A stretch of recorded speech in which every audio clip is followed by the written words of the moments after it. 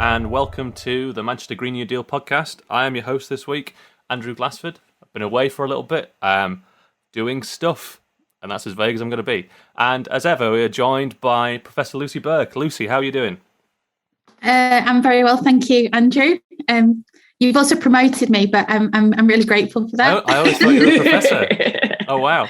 Well, in the States, I would be a professor. In this country, I'm just doctor. But it's fine. I'll take you're it. always a professor to me, which is probably the worst 80s rock album anyone ever wrote.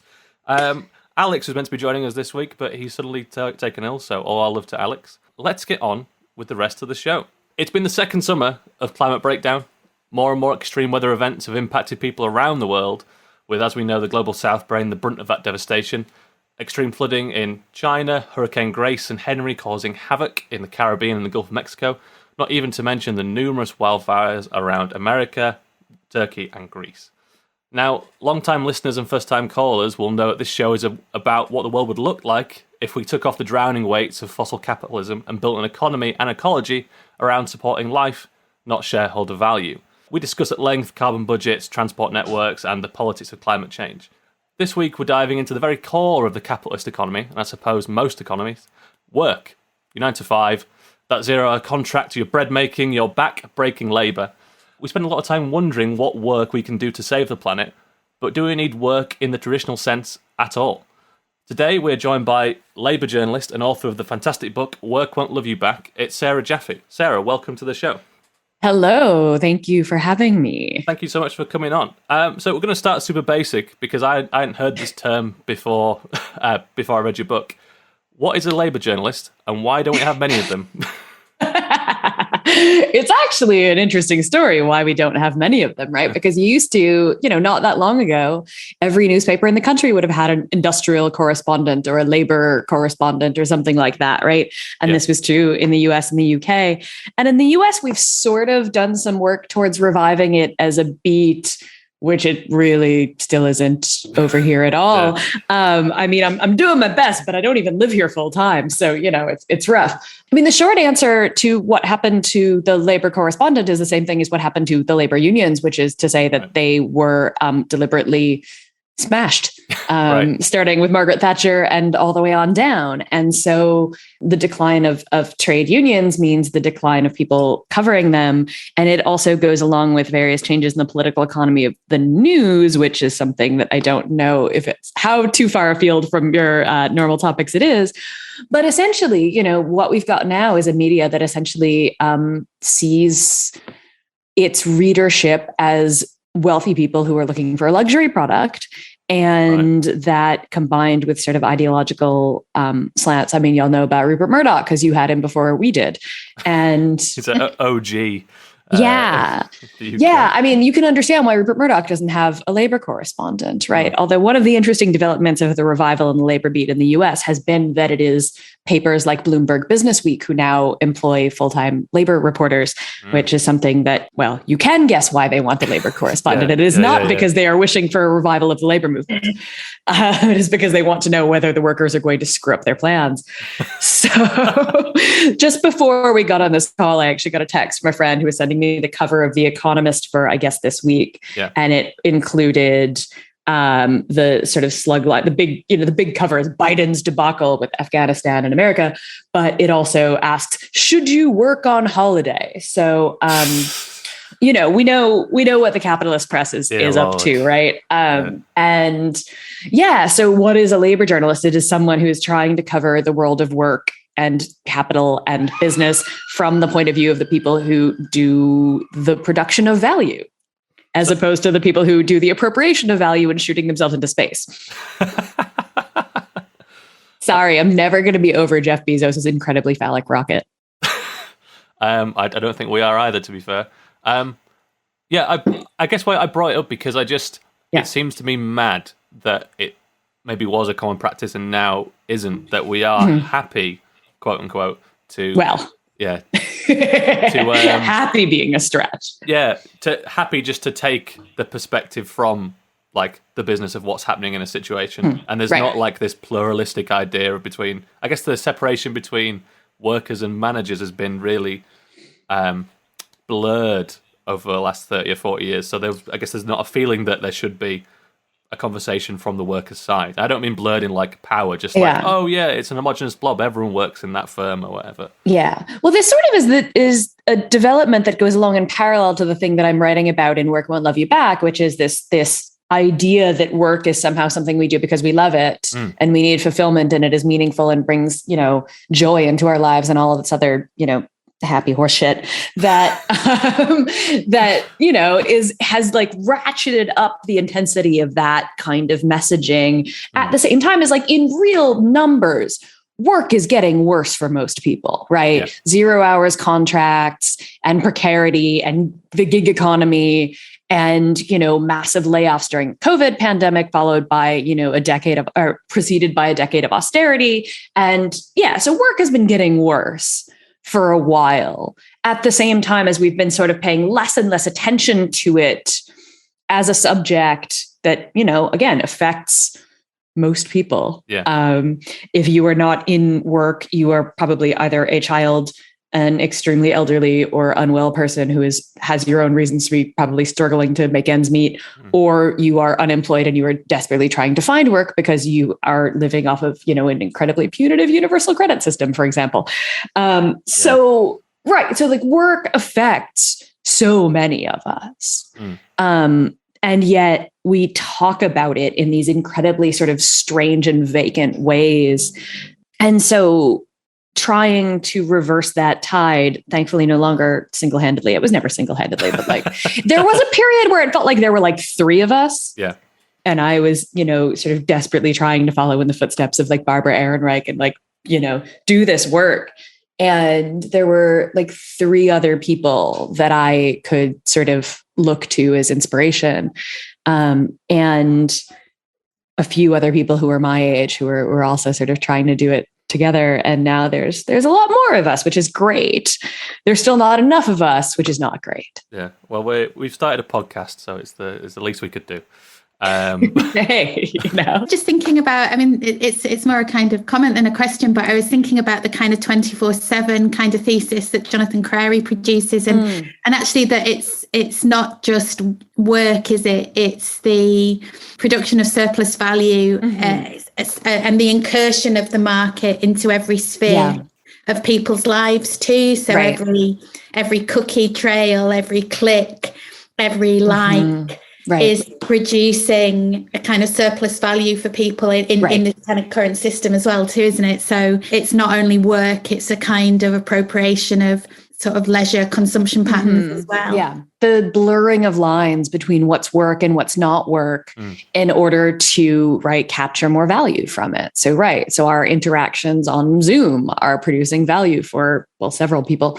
One of them probably including Jeff Bezos, because I'm pretty sure Zoom runs on Amazon Web Services. And there's no ethical internet without Jeff Bezos. Yeah. There's no escaping Jeff Bezos on the internet. So that's just the problem. I just wish he would go there and not come back, but that's another story. Anyway, but Jeff Bezos aside, like the way that work blurs into non-work, free time is colonized by these, terrible little devices here that, go off with notifications of everything from work emails to social media notifications all the time. And each of those things is producing value for somebody that is not us.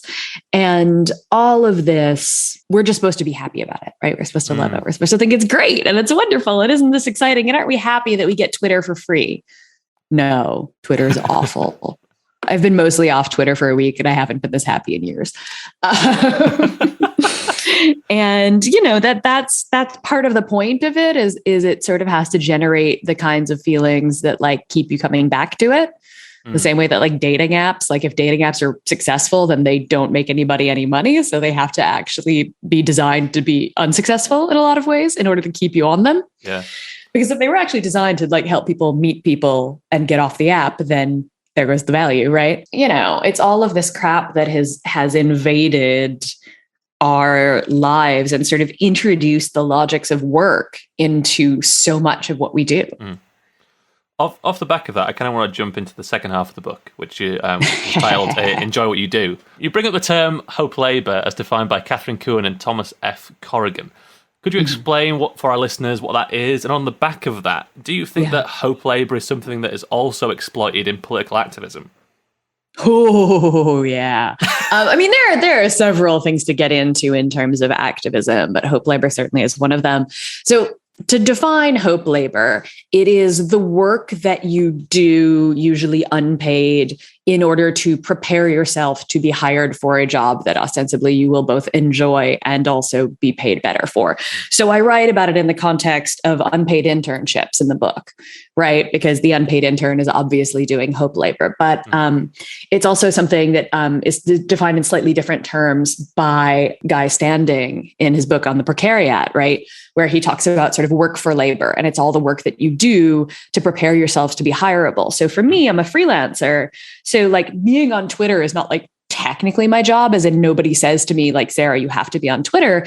It's just that I have books to promote. I have podcast appearances to promote. I have articles that I wrote that I need to promote. Like I need to sort of be in the fray of having opinions on things like, should we work on holidays, or what does it mean that employers are giving, back to work bonuses or whatever, because that all makes it possible for other people to hire me for the things I actually get paid to do, which is mostly writing articles and books.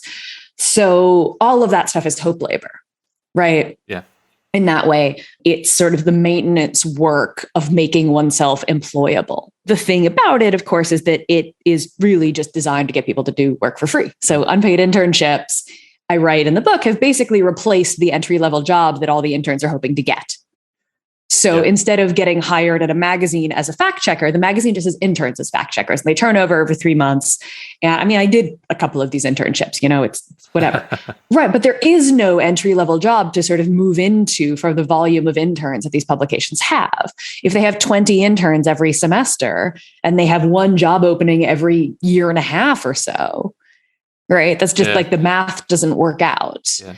And so what you end up doing is getting a bunch of free or very low paid labor out of extremely qualified people in the hopes that they will eventually be able to eke out a career like I did.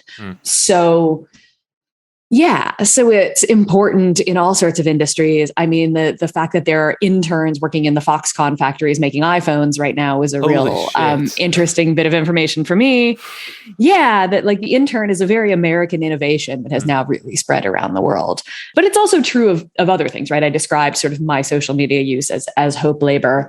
It's also true of people who, take photographs and put them on Instagram hoping to become an influencer. Right. Yeah. If you were sort of taking a bunch of selfies, hoping that somebody will start offering to pay you to model their clothing, you were also doing hope labor. So there are all sorts of ways that it has become like really, really prominent in this same kind of digitized economy that I refuse to call surveillance capitalism, because capitalism has always been about surveillance. Anyway, my hot takes, I have lots of them. But in terms of what happens in political movements, I think this is a really interesting and complicated question, because to actually have a successful mass movement, it's not going to be done by paid organizers who have jobs, right? Like to actually have the of mass movement, we would need to, say, win a Green New Deal. You are going to need hundreds of thousands of people who are willing to take action. And that is going to be a combination of like high school strikers, bless their hearts. And I miss them and I want them to start going on school strike again. Adults who do research and adults who do whatever, and people walking off their actual jobs on strike and any number of other things that are not all going to be sort of paid jobs, which is fine and necessary. And actually what like doing politics should look like. It is something that should be part of everybody's life. I'm being idealistic here, but still. Yeah. And the sort of way that like actually having a properly like democratic society should look is that like there wouldn't be a sort of, here are the people who are activists and here everybody else. Everyone but actually, right. That it would just be part of life. Yeah. So that's all well and good. The thing that happens though, in a lot of cases is that like movement work gets professionalized. I always think of Selma James's line about, jobs for the girls and it being, every time there's sort of a grassroots thing, then a few people get jobs and then they say, this was the movement, this was the change that some people got jobs. And, I admire her sort of skepticism of the way that this happens a lot. But it is also true that like organizations, and I write about this in the book through the lens of Planned Parenthood, which is, of course, the American healthcare and particularly reproductive healthcare and abortion providing organization that also is like a massive political lobbying organization. And they're sort of uncomfortably smashed into one thing. Yeah. Over the last several years, there have been a wave of unionizations at Planned Parenthoods around the country. I write about one of them in Colorado through the lens of this one young woman who was working there, who was getting paid like $12 an hour to be not only like a clinic assistant in a medical clinic that was also being picketed outside by right wingers who occasionally threatened to shoot you, but also she was like the swing employee. So she was working at all of the clinics as sort of a fill-in worker around the state, doing all this travel for $12 an hour. And she was just like, and one of the things that gets said a lot to people in those positions when they, dared to organize was like, well, you're not in this for the money. And she's like, well, our reproductive justice feminist values should also say that like, I also deserve a decent life. Yeah. Yeah. That we actually can't build a movement on a small number of highly exploited people, which actually goes hand in hand with this thing that we need to have a lot of people involved, right? Because you can't actually have like the tiny group of professional activists making all of the decisions, making all of the things happen, because A, there's no money on the left, which is why we're the left. And B, right, but literally, right? Like George Soros and whatever aside, like we can make a lot of jokes about George Soros, but like, there are a couple of like benevolent billionaires who put money into some left-wing causes. However, those left-wing causes are never the redistribution of their money, which shouldn't be their money anyway. It should be the taxpayers' money, but I digress. And, but Bill Gates is never going to redistribute away his own power. No, of course not. Being powerful. And the fact that he puts some money into some things that we would consider like good for the world does not negate the fact that like no one man should have all that power, to quote Kanye West, who also should not have all that money. Just men with stadiums and airplanes shouldn't be in charge of anything. I'm less mad at Kanye than I am at Bill Gates, but still, Kanye also does not deserve all that money because no one does. And so the question of sort of what it means to do hope labor in a movement context, this is a very roundabout way of getting back to your actual question, is vexed, right? It's hard to say, like, on some level, you could describe all of those wonderful, beautiful teenage school strikers as doing hope labor. On the other hand, they're not doing it in the hopes of like getting paid. They're doing it in the hopes of like having a planet to grow up in, which is a bit different and a bit more hopeful in a good way, frankly, in the way that like my friend Mariame Kaba, who's the American abolitionist organizer, says hope is a discipline, which is something that I try to remind myself of all of the time. I know I'm jumping the gun on your shout out segment, but Mariame, I think about that one a lot. I think a lot about hope labor in relationship to precarity and insecurity in sort of academia as well. I've got a lot of, it's a major problem, but I always think about it in terms of the kind of implications for equality, because of course it's much, much more difficult to engage in some of this kind of unrecognized labor if you, for instance, are a disabled person, if you have significant caring responsibilities. A lot of it is built around the idea of people who have the kind of time capacity to be able to do this stuff. So it kind of seems to bake in sort of already existing systemic discrimination. Right. And it also has this kind of weird disciplinary function, because I that kind of entrepreneurial self that it kind of demands, where people are selling themselves on Twitter. Like if you've not done that thing or the other thing, and you see that all over the place on Twitter, it's really profoundly bad for people's mental health, isn't it? It's I mean, academia is so screwed at this point, right? And this is absolutely like graduate students being underpaid and doing most of the work of, actually educating in a lot of universities, among other things. It's especially right. Like, here in the UK, right? We were talking about this before, right? With in the US, I'd be a professor. In the UK, it's a little bit different because Margaret Thatcher got rid of tenure. Right. You can just blame Margaret Thatcher for everything. Isn't it fun? We try not to, because every podcast I get a bit samey, but yeah. I should have worn my Still Hate Thatcher shirt. It's in my drawer over there. But like sort of eliminating tenure, which obviously was not like her individual personal project. It was part of a very big, broad political project. But, that did away with job security and forced sort of academic workers to do endless sort of hope labor in the hopes that they will get their contracts renewed. Yeah, it was designed to destabilize education. It was designed to destabilize what, neoliberals see as a bastion of the left, rightly or wrongly, often wrongly, but yeah. And I mean, we see this in the UK this year, right? There have just been like very ideological attacks on certain departments at certain universities where it's just very clear that they're trying to run out the left at places like the University of Leicester, right? Yeah. Yeah. And so you just see like what is going on in the way that the attacks are both sort of bottom line based on saving money by the university not having to pay people the kind of salaries that they would if they kept full professors on for a long time, but also, to make people fireable, which makes them more compliant, which makes them less likely to write papers about Marx. Yeah, 100%. Which then makes them less likely to provide any solidarity with the issues the students are having as well, because they can just see them as exactly right money coming in, which and the sort of increase in treating the university like a place where the students are receiving services encourages the students to treat their professors like their employees or service workers, and professors to sort of feel this antagonism and pressure too, right? And so it's right, the whole thing has destabilize the function of academia. Now, I just find it really funny when like the right-wing culture warriors complain about people being canceled on campus because all they want to do is cancel people on campus for their political views. The endless sort of quest to cancel people and then to complain about how, right-wing people feel silenced for their views is just hilarious. Yeah.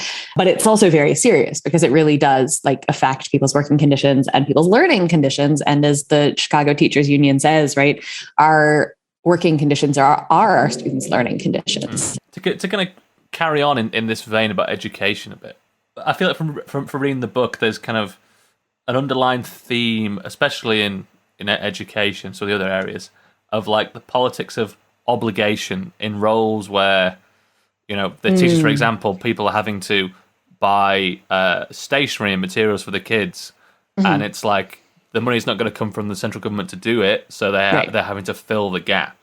Yeah. And that's essentially a tax on those workers as well. Right. I feel like the Chicago Teachers Union have done a good job like organising around that, and what they've managed to do in the last couple of years has been amazing. But I feel like that energy doesn't really translate into the UK that much. Like the UK. Yeah, I think we saw some of it beginning to this year with some of the return to school protests and the big surge in membership at the NEU and things like that. But yeah, I mean, it's interesting to me, right, as sort of somebody who writes about unions in the US and then now spends a fair bit of time in the UK, to see like the ways that I don't know. And this goes back and forth too, right? It's also true of people in the US with their views of certain things in the UK. It's just less trendy now because, when Corbyn first became the leader of the Labour Party, everybody in the US was jealous and everybody was naming everything momentum and this and that and whatever, and doing the Seven Nation Army song. So, it goes both ways. I'm not trying to like beat up on the Brits here. But, I will hear people be like, oh, the American labor movement is so strong. And I was like, guys, you still have twice the union density that we do. Literally twice per capita. We are down to 6% private sector union density in the US. Like, it's really bad. Yeah. And I say that as somebody who like sees room for hope in the labor movement at the first time in a long time, but it's still really bad. And like it in part is hopeful only because like there's very little room to go down. So teachers have been one of the high points. Absolutely. But like, that has been a long time coming. And, I particularly found it kind of frustrating a couple of years ago when the sort of red state teacher strike starting in West Virginia and ending up spreading across a lot of the country, when it was talked about as though that was sort of just a spontaneous uprising that had no sort of precedent and that there hadn't been for a decade already teachers organizing within their unions all over the place who were like, we're advising and in some cases driving to West Virginia to like help these teachers organize their strike. Because we can sort of think of these things as spontaneous and not as the result of sort of long-standing people organizing in their unions to change them. So, it's interesting. I think a lot of the time, my friend Jane McAlevy's book, No Shortcuts, she's right, she is correct. And often we want to have the shortcut. It doesn't mean like, when you have the opportunity for the shortcut to like come your way, like Jeremy Corbyn becoming leader of the Labour Party, it's not like you should not try to do something with that.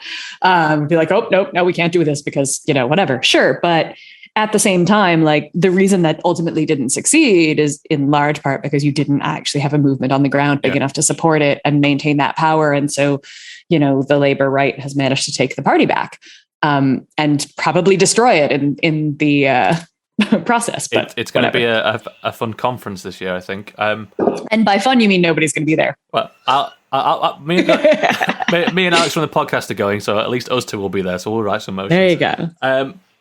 Kind of off the back of that, as you were saying about, this idea that these movements are spontaneous, do you think that helps feed, like, I guess what I'd call like a neoliberal idea of activism, that there's like individuals doing stuff. So it's like, oh, these teachers just appeared and went, yeah, we're going to fix this thing because it's a big problem. Right. Yeah. Yeah. And I think, so my first book was about social movements more directly, and it's called Necessary Trouble. And it was pretty much exclusively about the US. So it did not reach over here in the same way that the second one has. But the thing that I really wanted to do in that book was situate these things in a context that like understood that this was happening because of a certain point in history of where we are on the clock of global capitalism, as my friend Daniel likes to say. And the way that we sort of saw all of these movements kicking off at around the same time in the wake of the financial crisis. And people were sort of talking about them like they were unconnected. Like Black Lives Matter had nothing to do with Occupy Wall Street, which had nothing to do with the teacher strikes, which had nothing, And I was just like, no, this is like a return to class politics. And to, get Stuart Hall about it, race is the modality through which classes lived, particularly in the US, but also here. And to talk about all of these things together also meant talking about like the longer history of them and where did this come from, that the movement in Ferguson, Missouri, right after the death of Michael Brown, that now has sent us the beautiful, wonderful, incandescent Cori Bush, who is to come back to the Green New Deal, one of the champions of the Green New Deal in the US. Look at me being on fucking message. Anyway, but Cori Bush, got active in the Ferguson movement in the streets. And she ran for Congress twice. Actually, she lost the first round and then won the second time. And she's still very rooted in the movement there. And she, a couple of weeks ago was camping out on the steps of Congress because everybody else was willing to go home and let the eviction ban continue. And Cori Bush was like, and did what, not to say like activists, but did what movement people do, which is like raise hell, make a fuss, and not leave until they do something about it. Exactly. And they did. And Biden, sure did issue a new eviction moratorium. So, when you look at that, you also have to understand that like there is this history in St. Louis there's actually a really strong labor movement. It was the third place to have Fight for 15 strikes. Right. One of the folks that I met on the ground there is now in the state legislature in Missouri. His name is Rasheen Aldridge. He was a fast food worker when the movement started, when Michael Brown was killed. And he went down thinking like, I've learned these organizing skills from organizing at my job and I can bring that to this movement. Yep. And now he's bringing it to the state legislature. And he is supporting a 4-day work week because and this is actually related to the sort of entrepreneurial self and who gets to do that work too, right? Because this is a working class Black man from St. Louis who, went from working in fast food to being an elected official.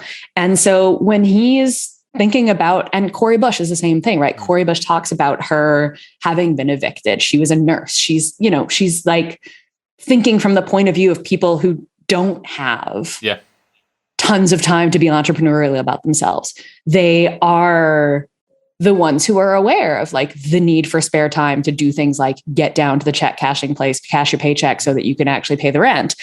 And so that is actually important, I think, to remember that like these kinds of demands are actually coming and being put forward and being supported by working class people, largely working class people of color, because that's their life. This is not, despite, and, bless some of my comrades like, Thea Riofrancos and Alyssa Battistoni, who are college professors, but the real demands and the real force are coming from working people in motion on the ground. And I think that that's really so important to remember that. And it is, again, it's not sort of professional activists, even though some of these people did go on to run for office and sort of now politics is their full-time job. A lot more of them are just still working in fast food restaurants and hospitals and home health care and whatever in St. Louis and doing what they can to do everything from send Cori Bush to Congress to make sure the memorial for Mike Brown doesn't get torn down by the cops,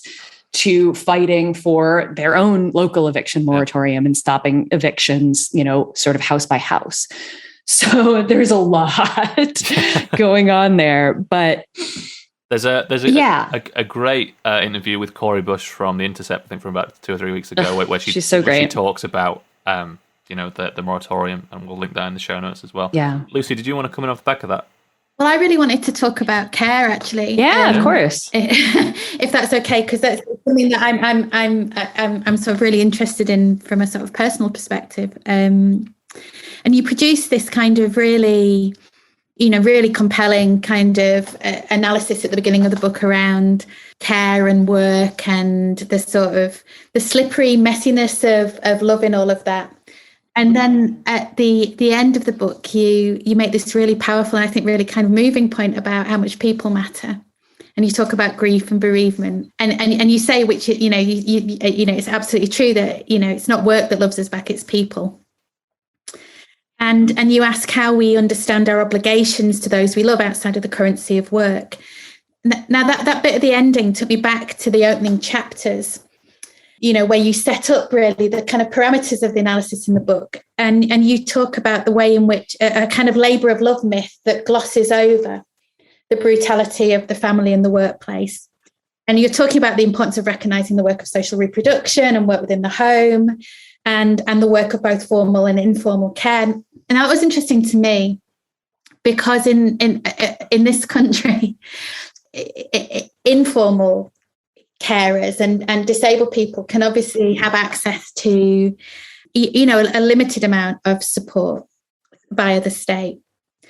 And actually accessing that support, which you could say is one minor way of recognising the work of care, is a really kind of alienating and awful experience. So when I had to fill out a disability living allowance form for my son, first of all, when he was very little, when he was about 4, I had to identify on this form the amount of additional time that it took for him to do everything.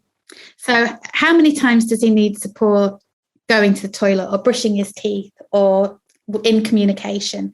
And it kind of measures out time, actually. It's really interesting. There's a kind of enumeration of time and then time becomes associated with how much support you could have. But it's as if that time is a burden and a cost in a negative sense. So I was really interested in how the politics of time that you talk about, the conclusion of your book, can help us address the complexity of care and caring in a way that sort of recognises love and reciprocity, whilst also acknowledging what, and you quote Eva Kittay, and I think her work's brilliant, what she describes as love's labour rather than a labour of love. So I wondered if you could talk a bit more about that. Yeah, I mean, Eva Kittay's book is so intense because she is, writing from the point of view of the mother of, again, a child with severe disabilities that has a full-time carer that is paid, and their relationship with this woman as like the daughter ages, the carer ages, Eva and her husband age, and like how, there's a bit in the book where that it's like burned into my mind where she says like, how do you retire from this relationship that has no name?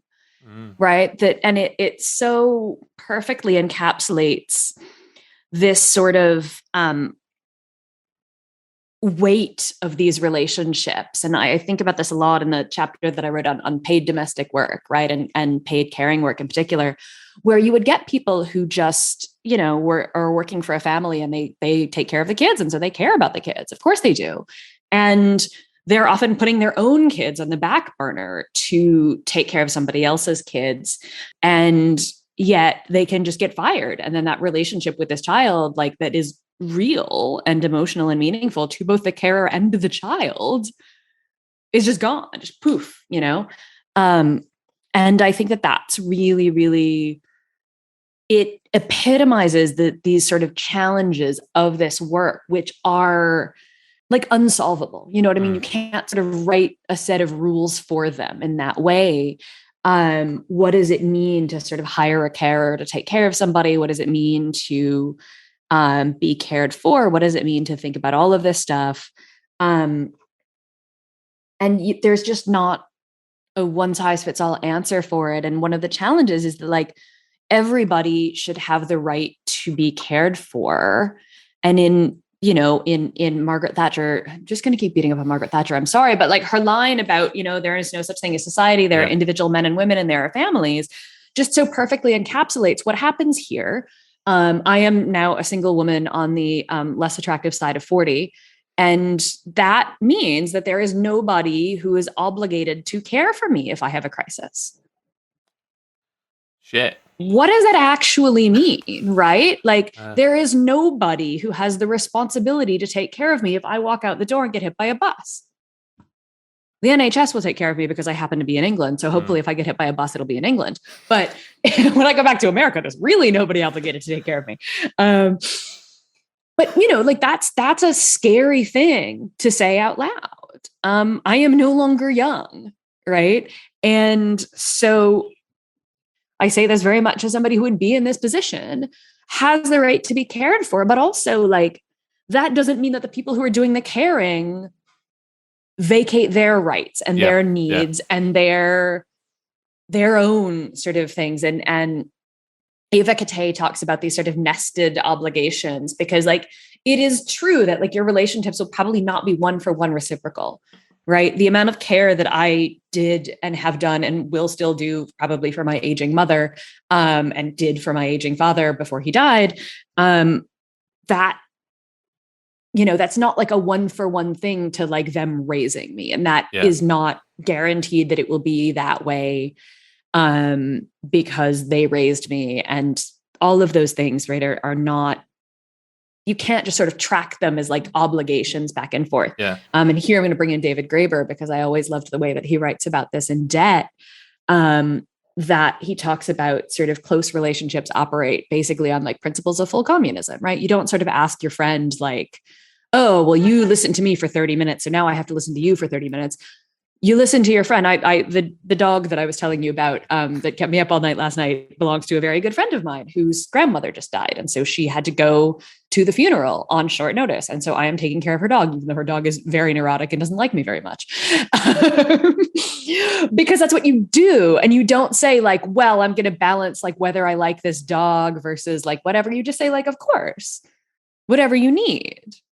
Your grandmother died. You have like a family crisis. Like, go take care of it. I will deal with your annoying little dog, right? Like, I will have worse things in my life than dealing with your dog for a couple of days. I kind of feel bad for the dog because the dog just like wants her and doesn't understand why she's not coming back. But like that's just what you do.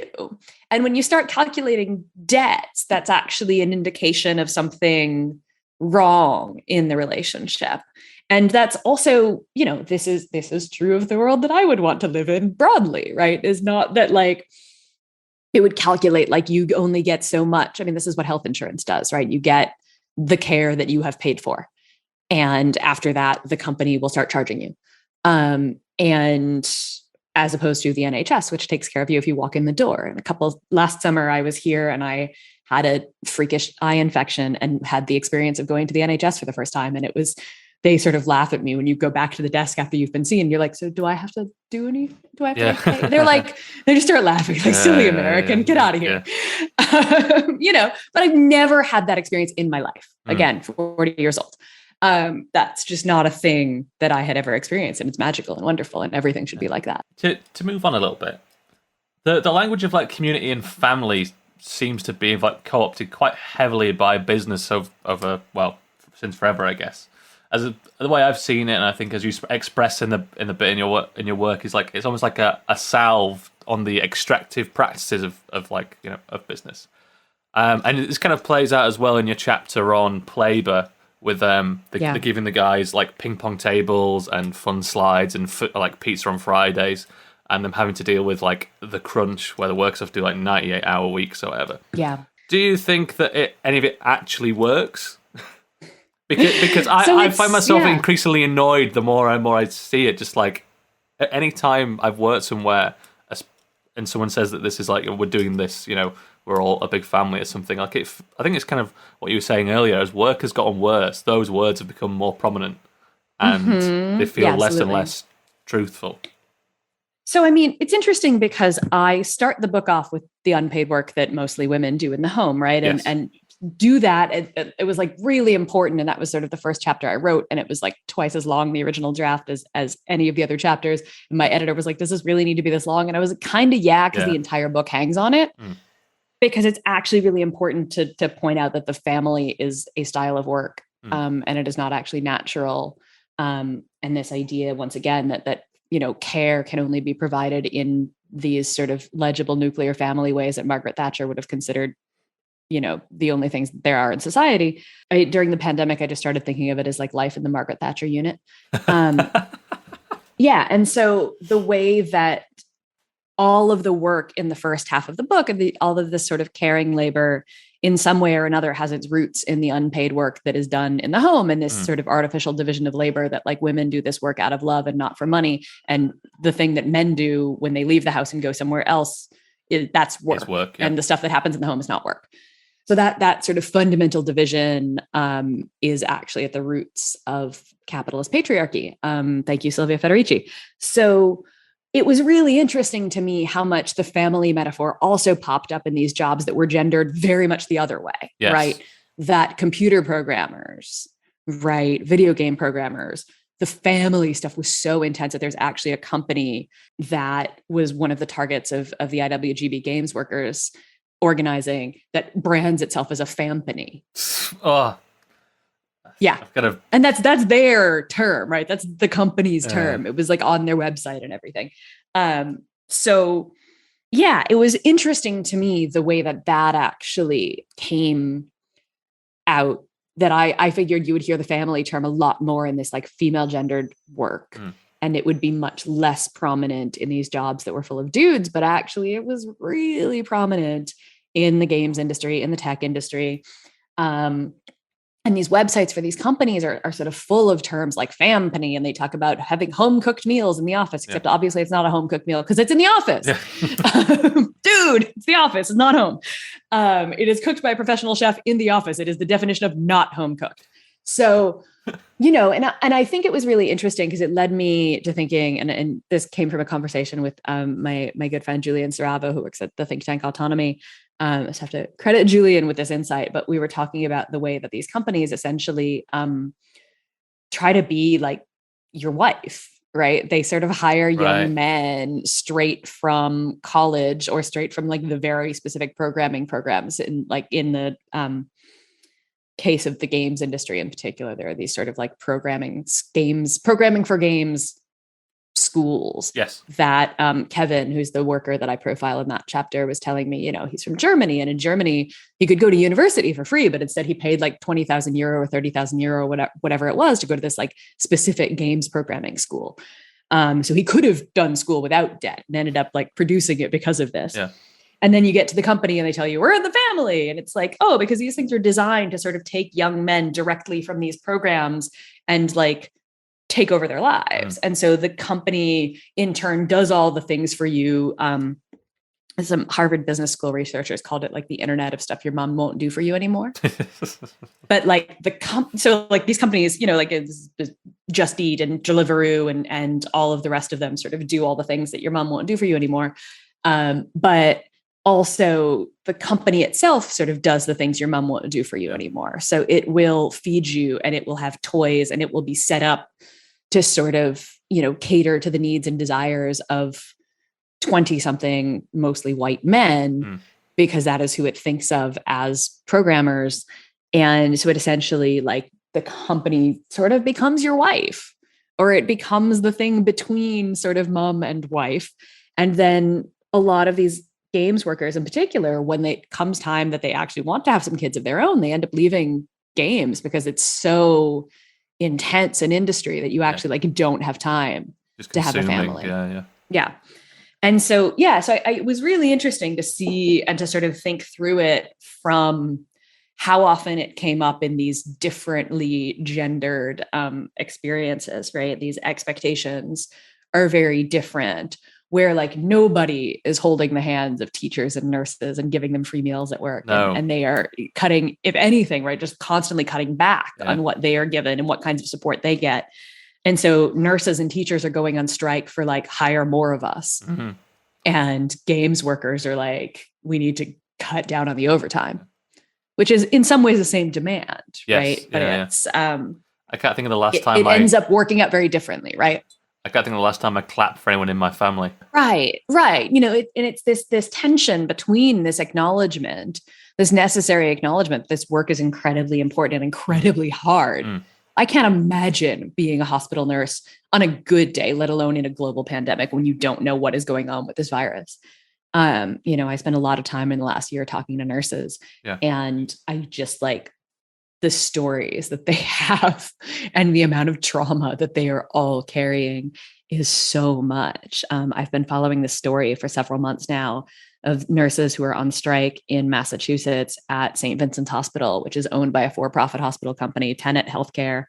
And they've been on strike since March. And their main demand that they are still holding out over is staffing levels. And they want the hospital to commit to a certain level of staffing so that each nurse will only have so many patients to be responsible for so that they can give the best care that they can give. And of course, this for-profit company, which not only made a bunch of money last year, but also got a government bailout, doesn't want to do that, because why do that? It would interfere with profits. I've actually got a question which is around climate change. We probably should do that. Next question. I'm going to be on point now as well. Yeah, go ahead. So, in the conclusion of the book, you cite a report from the autonomy think tank that says, and this is a quote, as rather than discussing how to maximize economic performance, the climate crisis forces us to change the conversation and raise the question, provided current levels of carbon intensity and current levels of productivity, how much work can we afford? And it says massive reductions in working time are not only desirable, as work is increasingly miserable, they are necessary. Yeah. So, I think that's interesting, because one of the ways in which action to tackle the climate emergency is justified politically, particularly in this country, is via the creation of new jobs, right? Mm-hmm. Yep. So in the UK, the Labour Party initially talked about the Green New Deal as a green industrial revolution. Mm-hmm. Yep. Yeah, I went to a couple of those meetings. Yeah, right. And they were just posters on the wall that just said jobs, jobs, jobs. Exactly, right. So I remember, in fact, taking pictures of them and sending them to my friend at Autonomy and being like, so this is the framing. Yeah. Don't know how I feel about this. But for me, it's really interesting that the language that people are using to talk about tackling the climate emergency reminds me a bit of what Marx talks about in the 18th Brumaire, when he says we can only act by wearing the costumes of the past. Ooh, yeah. Right. So what you're suggesting in the book, that what we need is a new and very different approach to work. Yeah.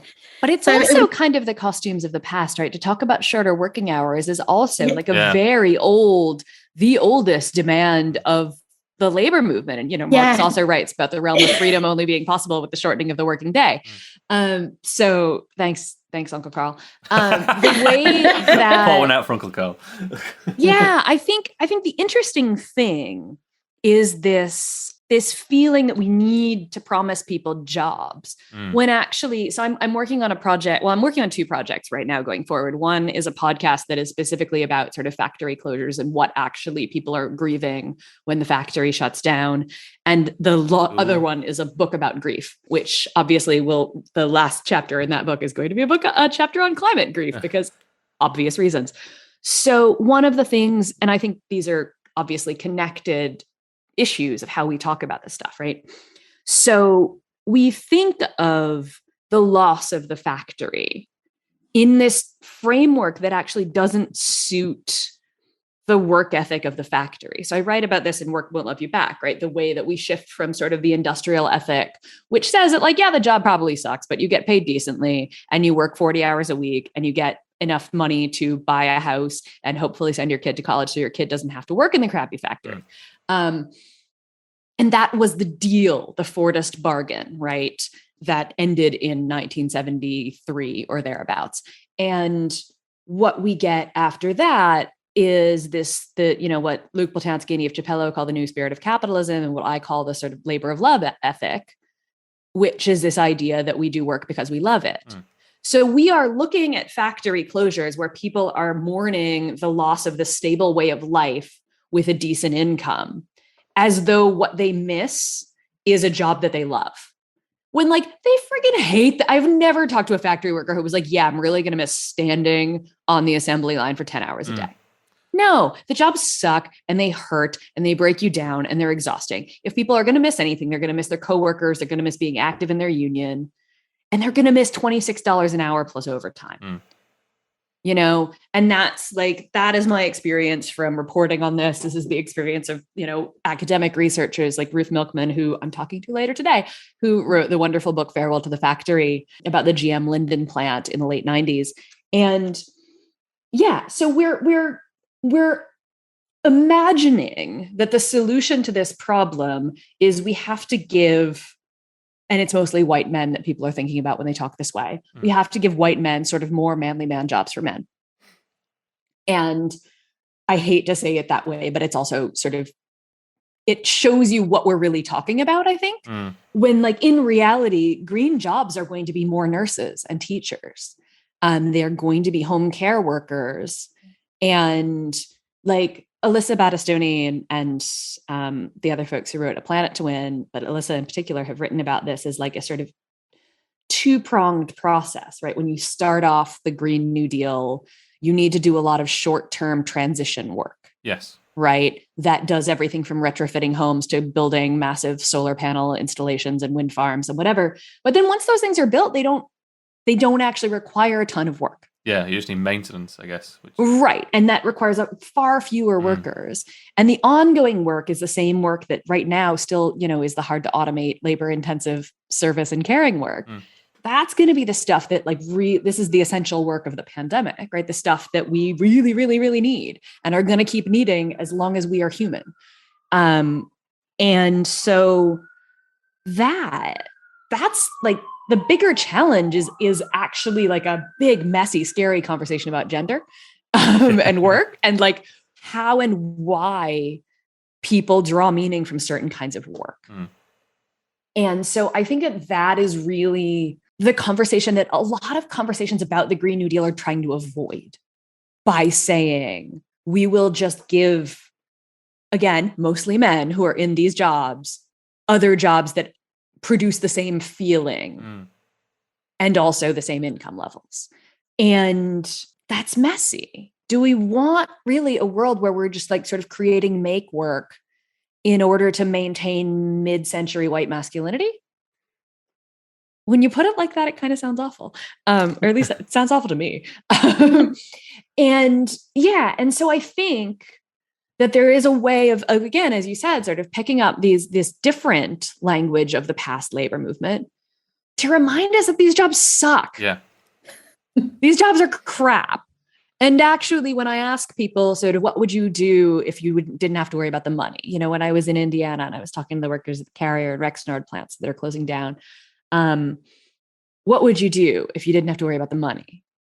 And I got all sorts of stories. One guy wanted to be a fishing guide. One guy wanted to maybe start a small business with his sons who were, in their early 20s. They were just like, people had all these things. None of them were like, yeah, I'd really go try and find another factory job. Yeah. But they all always came back to, yeah, but we do need the money.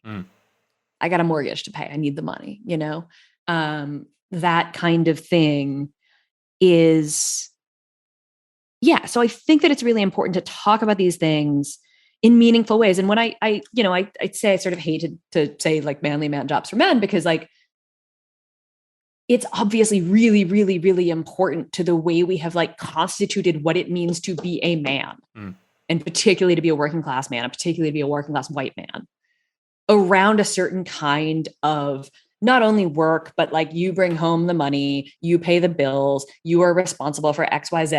And then that's what it means to be a man. And when we take that away from you, it's incredibly destabilizing, which is why I'm writing about it in the context of grief. Yeah. Because you do end up letting go of a whole way you thought your life was going to go and having to do it differently.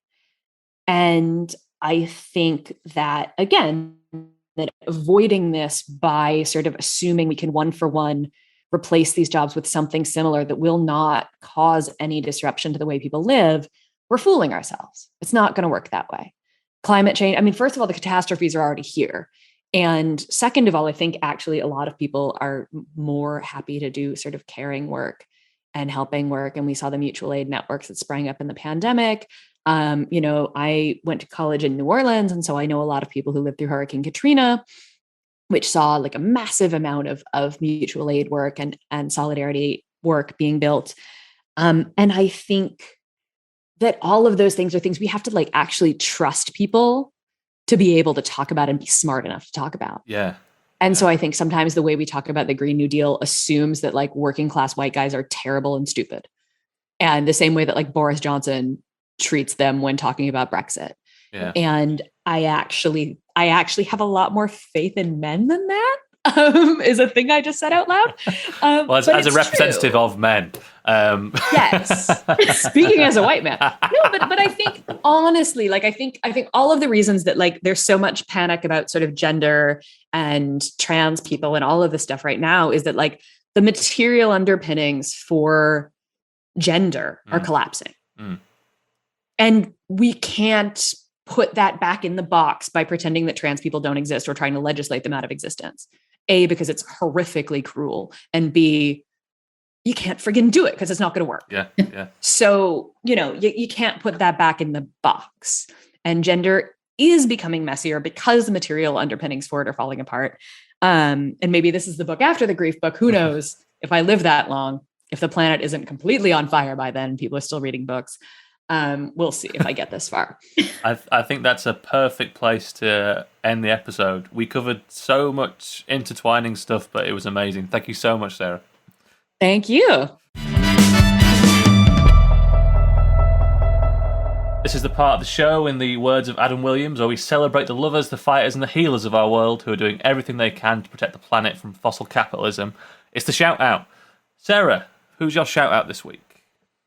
I want everybody to read a couple of books. One is Lost in Work by my friend Amelia Horgan, which is about work under capitalism, why it sucks and why it keeps us from being free.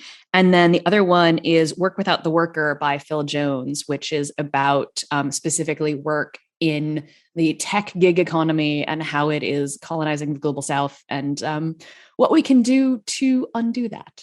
Amazing. I think we put Amelia's book on our news list recommendations this last month. So, yeah, excellent. Everyone check that out. Lucy, your shout out. Okay, my shout out this week isn't to someone who's specifically working on the climate emergency, but it's to George Julian. George is a campaigner for open justice, and she tweets from inquests. And she's currently tweeting from the inquest of a man called Peter Seaby, who died in residential care. She does amazing work for sort of highlighting the abuses and the neglect that people with learning disabilities experience in sort of health and social care. And if people want to follow what she does or even support what she does, because open justice is so important, we'll share the link. Amazing. Mine this week is not climate-based either. It is for the Rubicund Radical Bookstore in Falmouth, which I went to last week on my holiday, which is fucking amazing. It's a tiny little vegan cafe stroke bookshop, and I went in there and I spent probably all the money I had on books. The guys running it were great. And yeah, we don't have anything that similar in Manchester, so I was just blown away about this place. And Sarah's book was there, Amelia's book was in there. If you're in Falmouth, go check it out. That's it. We love you all. We appreciate you. Thank you so much for everyone's hard work, and we'll see you on the next pod. Goodbye.